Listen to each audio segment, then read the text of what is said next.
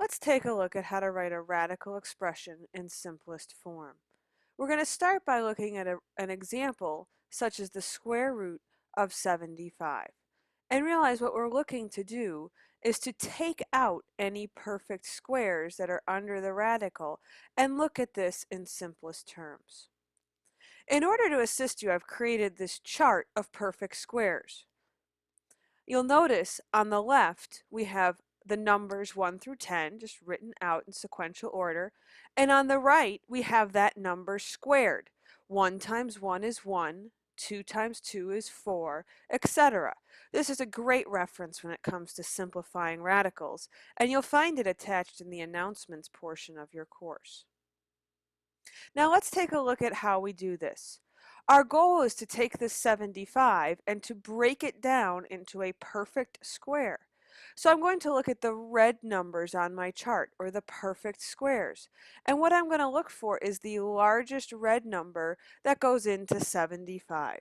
It is important to note that you can continue the chart beyond 10, just by going down 11, 12, 13, etc. But most simplification problems do involve the radicals 1 through 100.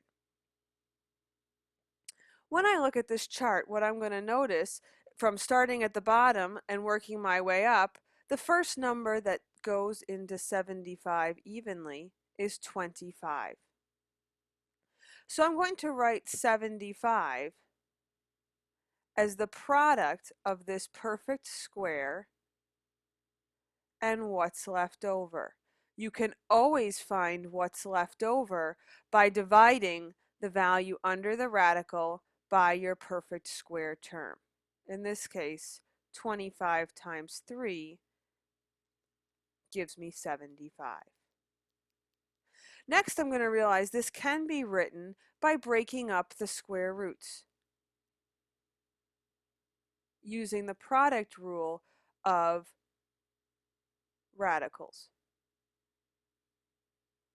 So I'm going to write this as the root of 25 times the root of 3. Now, why do we look for a perfect square?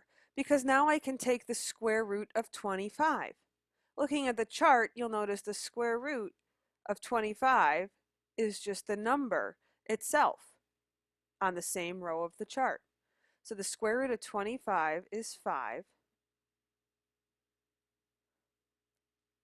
We cannot take the square root of 3 and have it work out to a perfect number, so we leave that under the radical.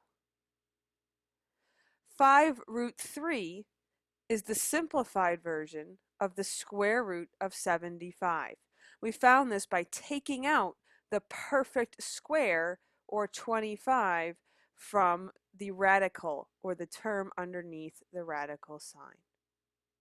Simplifying radicals will be important when it comes to adding and subtracting radicals and performing other mathematical operations.